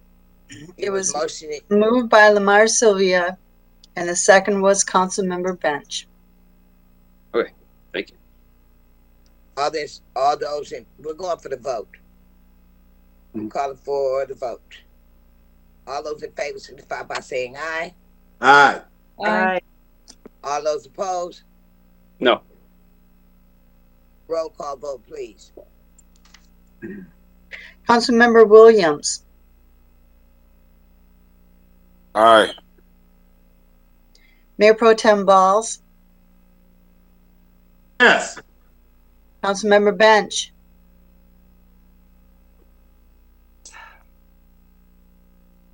I believe that was a yes. Thank you. Sorry. Councilmember Ostash. Yes. Councilmember Scherzer. Yes. Councilmember Copeland. Yes. Councilmember Lamar Sylvia. Yes.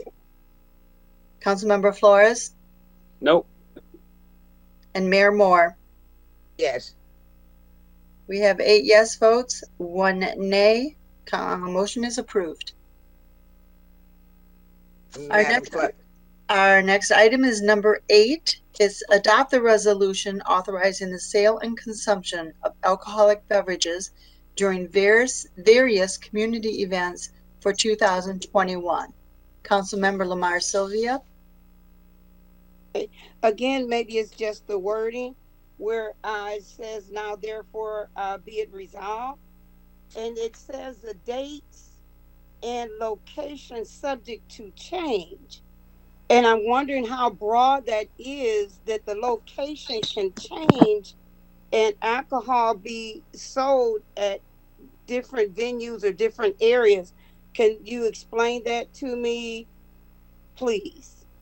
Sure. This is Phil Carwatt, Public Services Director. So what this is, and obviously this last year has been a lot different because of the COVID, so a majority of these events haven't taken place. But this kind of goes hand in hand with the Council Communications 7 as well for sound amplifying equipment. But some of these events that have been happening annually for many a years and have been pretty consistent, we bring them to council one time. The dates are subject to change annually because, you know, a Saturday last year, the 16th might not be, it might be the 17th or the 15th. And we just want to kind of get a boilerplate approval in advance, so we're not bringing every one of these individually because they are annual events. So the dates and the locations haven't historically changed, but you know, the fireworks obviously will always be on Ojibwe Island, and that date's normally always July 4th. The Friday Night Live events, sometimes the dates will change because the Fridays will be on a different date potentially every year. And then the people that are applying for these also still have to apply for their liquor license through the clerk's office as well and follow all those processes. And then they're going to have to submit a plan.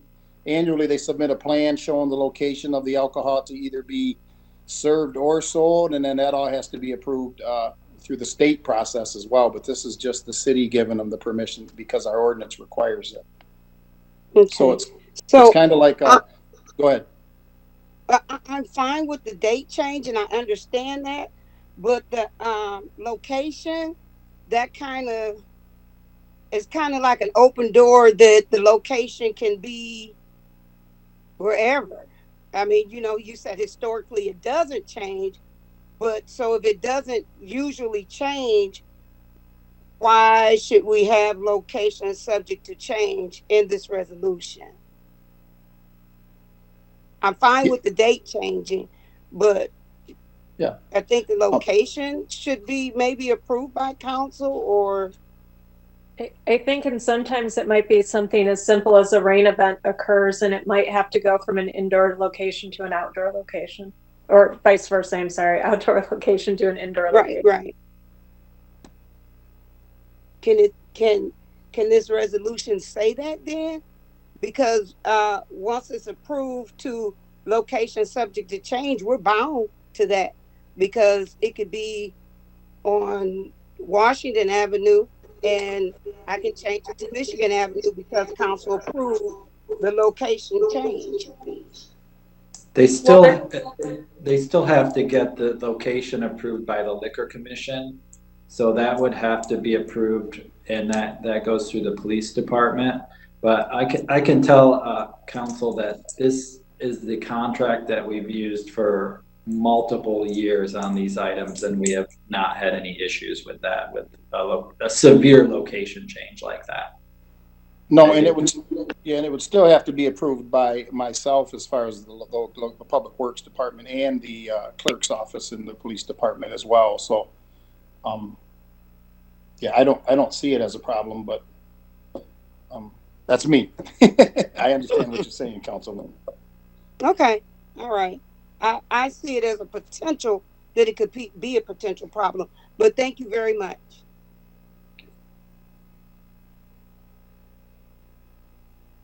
Councilwoman Autumn, I move for the acceptance of consent agenda item number 8. Councilwoman Bench seconds that. Discussion. Any more discussion? Call for the vote.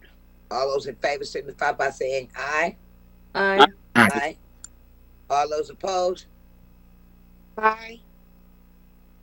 Roll call, please. Mayor Pro Tem Balls.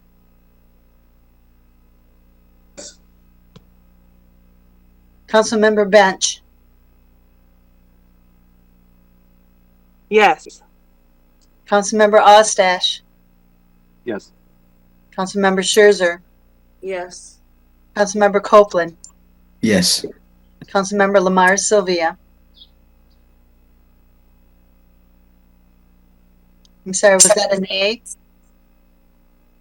Yes, nay. Councilmember Flores. Yes. Councilmember Williams. Yes. Mayor Moore. Yes. We have 8 yes, 1 nay. Motion is approved. Our next item is number 10. Ratification of a purchase with Garber Chevrolet for $5,500 for repairs to a 2016 Tahoe for the police department.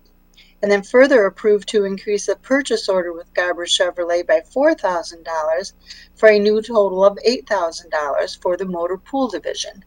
That was Councilmember Flores. Thank you.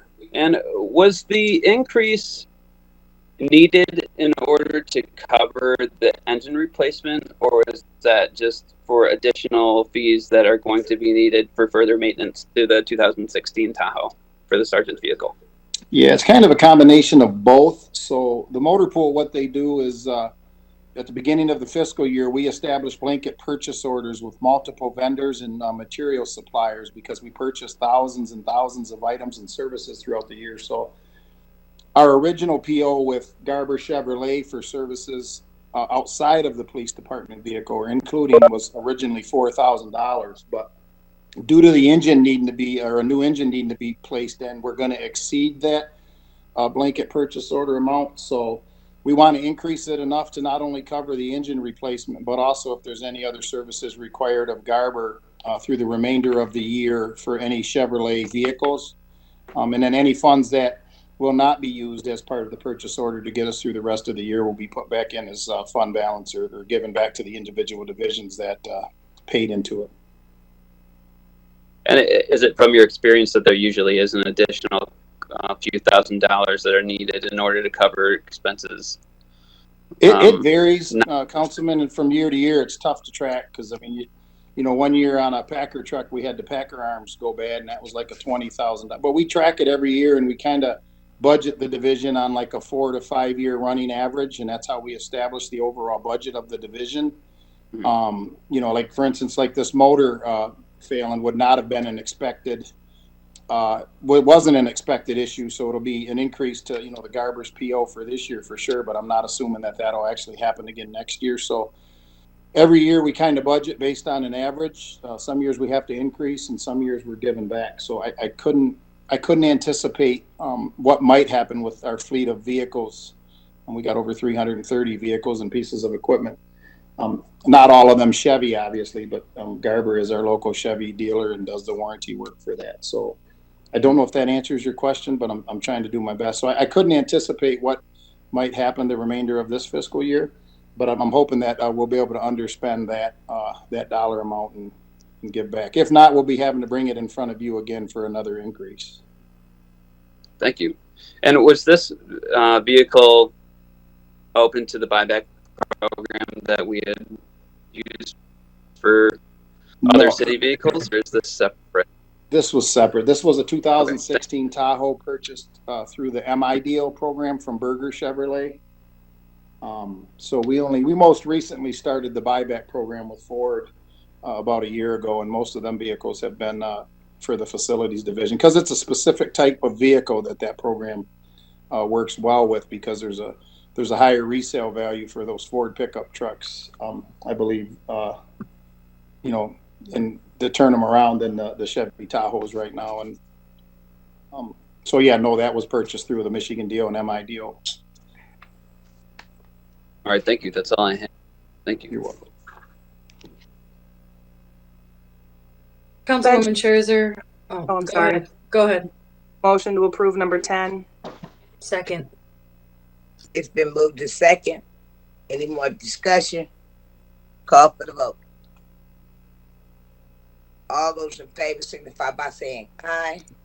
Aye. Aye. All those opposed? Nay. Roll call vote, please.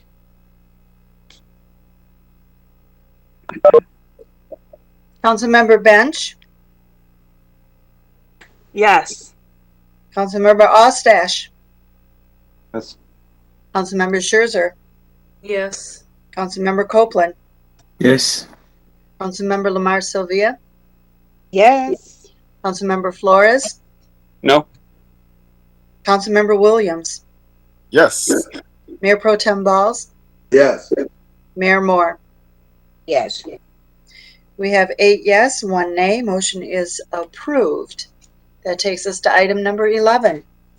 To approve the purchase with Advanced Business Communications LLC for $14,601 for the installation of security cameras at Forest Lawn Cemetery and the Public Works Building.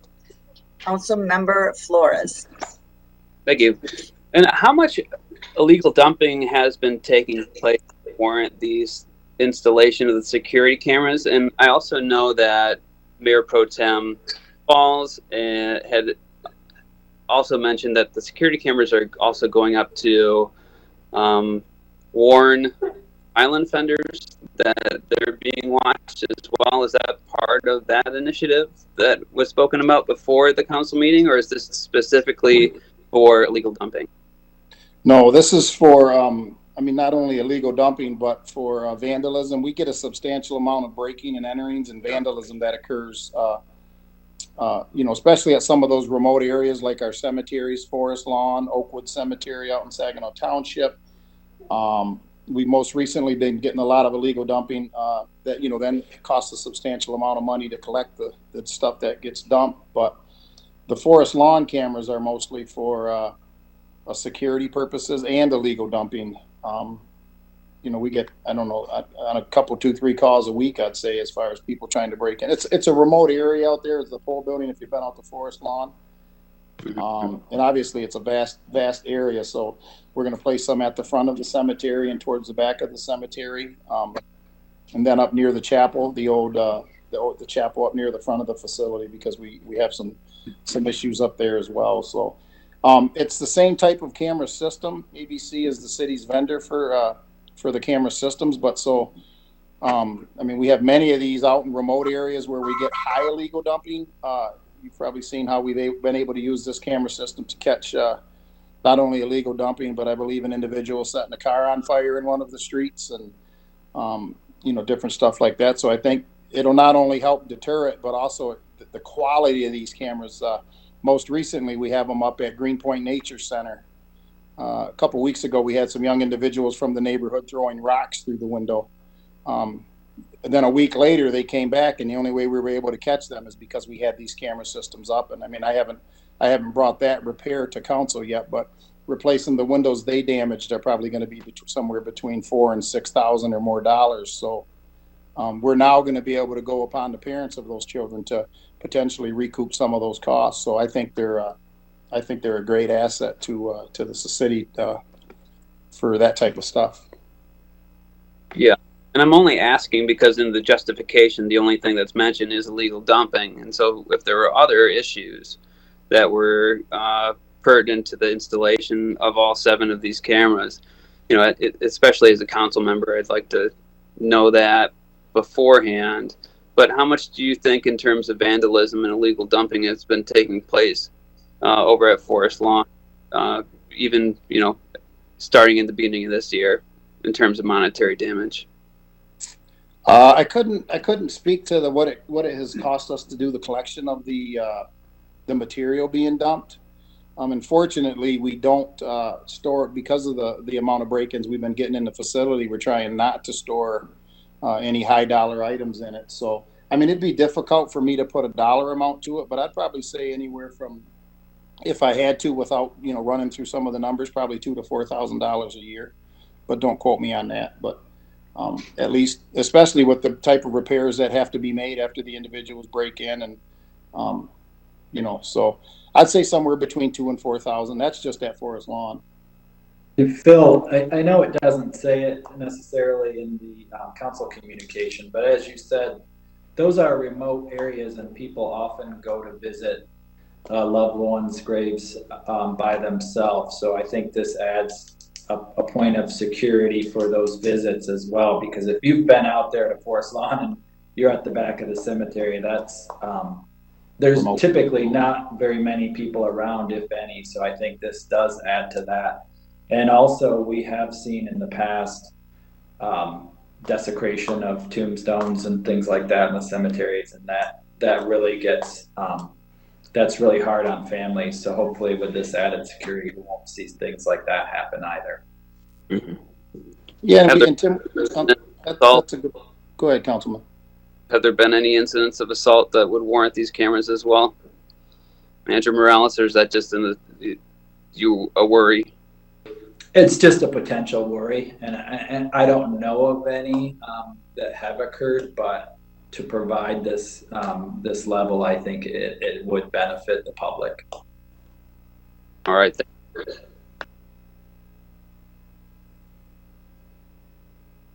Councilwoman Autumn, I move for the acceptance and consent agenda item number 11. Bench will second that. It's been moved in a second. Any more discussion? I think All it's those- awesome. Who was that? I didn't hear. That's Monique Lamar Sylvia. I think it's awesome. I agree with those cameras. Okay. Calling for the vote. Any more discussion? Calling for the vote. All those in favor signify by saying aye. Aye. Aye. All those opposed? No. Roll call vote, please. Councilmember Ostash, Yes. Councilmember Scherzer, Yes. Councilmember Copeland, Yes. Councilmember Lamar Sylvia, Yes. Councilmember Flores, No. Councilmember Williams, Yes. Pro Tem Balls, Yes. Councilmember Bench, Yes. Mayor Moore. Yes. We have 9 yes and 1 nay. Motion is approved. Our next item is number 13. How come Madam we have Clerk. 9 yes I'm sorry. I'm You sorry. said we have 9. Yes. I think she just misspoke. It's eight I- yeas Right. and one. Oh, I'm sorry. Yes, we have 8 yes, 1 no. The motion's still approved. Right, but I just wanted it to be in the minutes. Yes, correctly. Oh, thank you. so- And this is recorded, so thanks for catching me on that. Yes, I Okay. did misspeak. Forgive Okay, me. thank you because we caught a couple of us caught that together. That's 10. Thank you. There's only 9 Yeah. of us. Thanks for Okay. checking me. I appreciate it. Okay. Item Thank number you. 13, yes. 13 is to approve the purchase with MD Solutions for $22,824 for signposts for the traffic maintenance section of the right-of-way division. Councilmember Flores. Yeah, and the 700 various street signs that are up for repair, is there any idea of how many are in each geographical area according to the river? So how many would be on the east side and how many would on the west side? Or Yeah, Councilman, what this is for is actually the street signposts for the signs, and most of them aren't planned.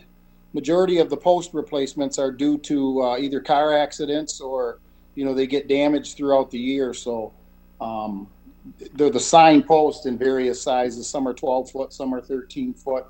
So it's not for a planned sign replacement project, more so for reactive when we have car pole accidents and stop signs hit and yield signs hit, or various throughout the year. So that it's not a planned. So I couldn't speak to where most of those are occurring to answer your question, but it's not planned for geographically. It's more for a response.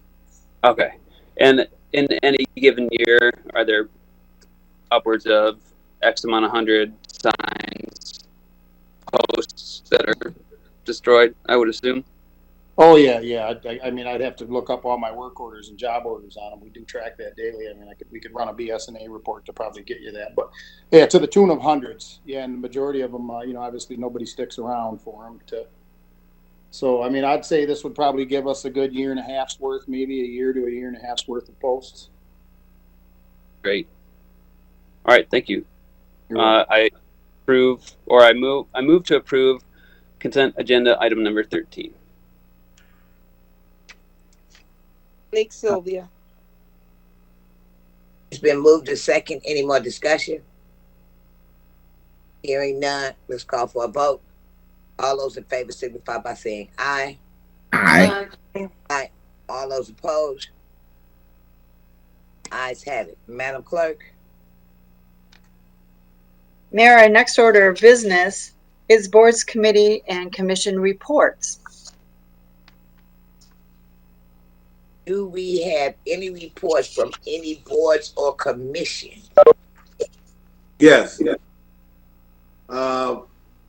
Councilman Ball's here. We did have a meeting with the county and the city and the school board a couple of days ago, last week, and it went very well. They gave us an update on taking the sign down, what they plan on doing with the school. We kind of find out that the guy that owned the bean elevator already has his permits and demolition stuff in order. They're looking forward to spending that money that the city of Saginaw approved for the school board to put up a beautiful school for all our students in the city of Saginaw. And then they told us about the other schools that they plan on renovating for junior high schools and elementary schools in the city of Saginaw too. They did tell us too that they bought or in the process of buying SVRC for a school project. The kids that go to school right now at Ricker Junior High, they be transferred over to the SVRC building. It came up too that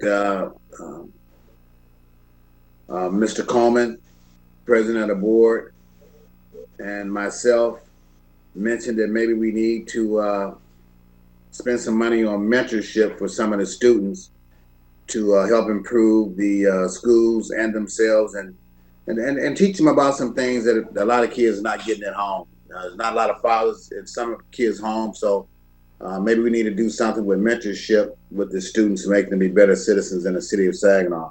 If we can get them when they're young, then maybe we won't have to worry about all the crime that's going on in the city of Saginaw. So Ms. Bench was at the meeting too. She may have more to add. Point of information, are we able to ask questions based on the reports from the department reports? You mean the committee report? Yes, the committee. Yes. I would think, Madam Clerk, correct me if I'm wrong. Of course you can. Or would that come under unfinished business? I think you can ask of those right now. You're not reaching to a decision or a conclusion or action. Okay, and my only question is, and this can be for Councilwoman Bench or Balls. I did see something about. Did you get any information regarding the purchase of the mosquito building with the county? I recently saw some information going on about how much they're charging the school board. Did you guys get an update on that? They are negotiating that. I did ask them. I asked them the same question during the meeting, and they say they are negotiating it. That's one reason why I didn't report it, because they are negotiating, and it seems like they may be working out a good deal. I think for the school. That's what I'm hoping. As a matter of fact, I even mentioned that maybe they ought to take the mosquito thing and put it in the where the Three Rivers meet at, by the new park that they plan on building over by the old nodular iron plant and plant 2. I'm sure there's a lot of mosquitoes that's congregating where those Three Rivers meet over there. It's pretty swampy over there, so that'd be a good spot for the mosquito place. So I asked the county to give them a good deal on it.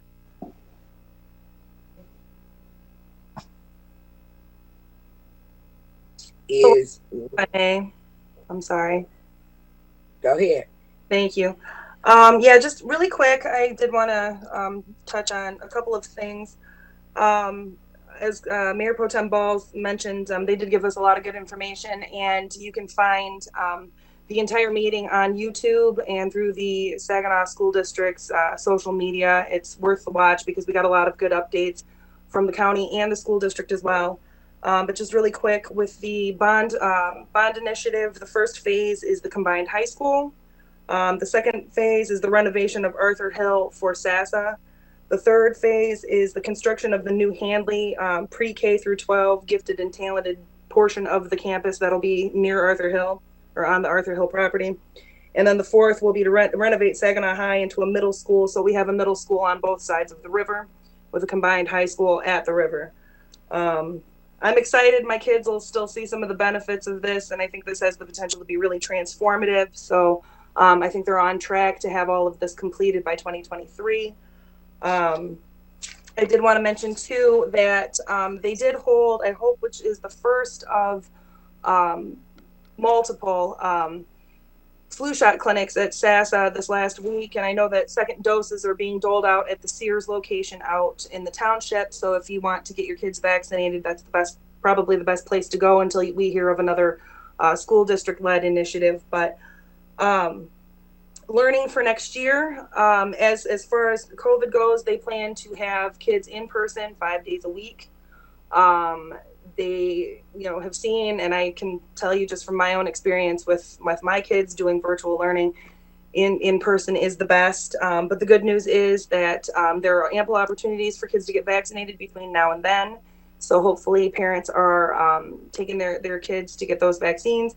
And so far, we need to support our teachers and our staff at the school district. 87% of them have been vaccinated. So I hope us parents do our side of things and make sure that we're, pre-teaching to our kids about still wearing masks and such. But there was a lot going on, so please do watch that YouTube video. And that's all I have. Thank you. Are there any more reports?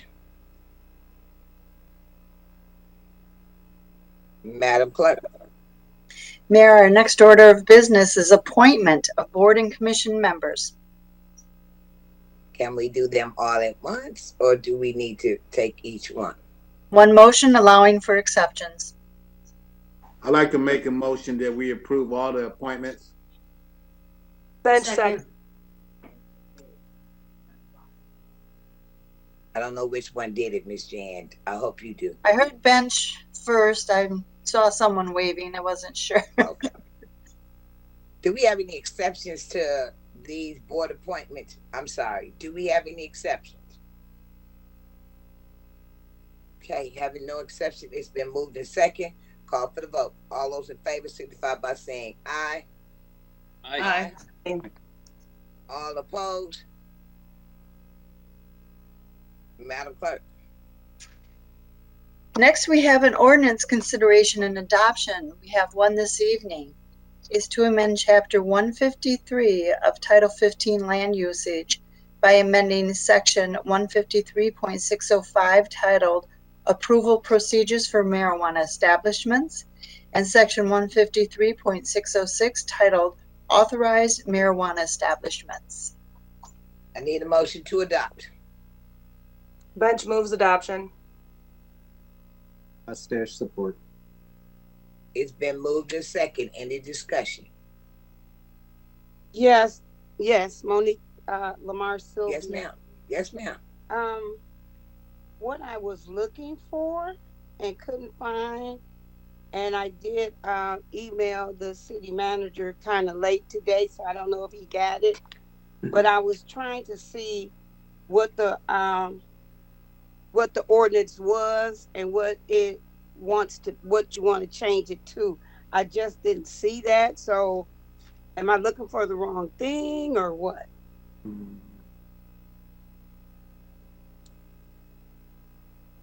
I can Mr. Manager or Amy, would you like to answer that question, please? Certainly. So this would have been brought before council about a month ago for introduction. At that time, the changes would have been highlighted. Because we're at the adoption stage, the changes are no longer specifically highlighted. You have the ordinance as it's being adopted. But the two specific changes that are up for adoption is that anybody who receives a special use permit for a marijuana establishment in the city has to then also obtain their provisional license from the city clerk within 90 days. Additionally, we're changing the requirement that a marijuana establishment needs to seek the permission of another marijuana establishment in order to gain a variance. They would have to have the consent of any other sensitive use, but they would not require the consent of another marijuana establishment in order to get a variance from the setback requirement. Okay. So it's just from that. Okay. All right. Okay. I'm fine. Okay. Any more questions? Hearing none, I'm going to call for the vote. All those in favor signify by saying aye. Aye. Aye. Aye. All those opposed? Madam Clerk. Mayor, we are now at resolutions. Our first one tonight is approving the fiscal year 2021-2022 budget. I need a motion to adopt. Close move. Bench seconds. Is there any discussion? Calling for the vote. All those in favor signify by saying aye. Aye. Aye. All those opposed? Madam Clerk.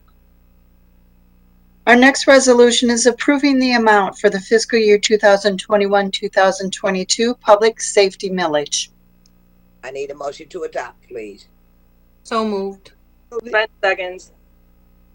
It's been moved in second. Any discussion? Hearing no discussion, call for the vote. All those in favor signify by saying aye. Aye. Aye. All those opposed? Madam Clerk. Our final resolution tonight is approving the request of the Downtown Development Authority to levy a 2 mil tax on all real and tangible personal property not exempt by law and as finally equalized in the Downtown Development District for fiscal year 2022. I need a motion to adopt. Bench seconds. It's been moved by Silvers, right? And second by Bench. Okay. Any discussion? Call for the vote. All those in favor signify by saying aye. Aye. Aye. All those opposed? Thank you so much. Madam Clerk. Mayor, you are now at miscellaneous business. Is there any other business that we need to discuss? I do have one, and I'm not wrong because I have it in the question. So this question is for our city manager. I received information. I don't know where it was from, but regarding looking at Enterprise regarding their car shared program, something like what we're doing with the state of Michigan. Was there any information on that? That program, I believe, has been evaluated by Mr. Carwat and the staff at the garage that manages our fleet, and I don't believe it fit with our current needs. I think Phil is still on in case he wanted to add anything to that. Yeah, you're correct, Tim. We've been working with Enterprise for I don't know. We've been in talks with them for 2 to 4 years, and we have yet to see where, at least at this point, we feel that program is going to help with our needs. But we're going to continue to work with them, and hopefully at some point it will. And if it makes the best sense for the city financially and efficiently, it's definitely a program that we'll proceed with. But we have to see where the benefit's going to fit for what we need. Thank you so much. Any other questions? I got a question for the city manager. All of the things that we discussed lately or recently, if I'm not mistaken, city manager, all these questions that we just had asked a little while ago, they can call you and ask you those questions. Am I right? I mean, we can get this taken care of a lot sooner when we spend an hour with information that we already have a week ago that we can call the city manager, and a lot of the questions could be answered by the city manager before we come here to the city council meeting. Just point of information. Yes, we can answer any questions ahead of time, and actually with being in virtual meetings, it's even more helpful because I can get those questions to the department heads ahead of time so we know that they need to be on, and they can also forward me and the council member that information ahead of time, and just in case that they can't log on to the meeting and answer those questions. I'll give you an example. The item regarding the copiers, Mr. Klopsick is is out of the office this week, and the deputy director is in another meeting at this time, which is why I only responded to that. Fortunately, on that item, I did work on that previous study that was mentioned back in 2011, so I did have that information. But that's really helpful, and that even if we have that information ahead of time, it's still appropriate to bring it up during the meeting if you want the public to hear those items, but it does help a lot to get them in ahead of time. And I will, like Councilman or Councilwoman Lamar Sylvia mentioned, she did send that to me, and I did see it pop up, but I thought we could handle that during the meeting as well. But that is helpful, Mayor Pro Tem.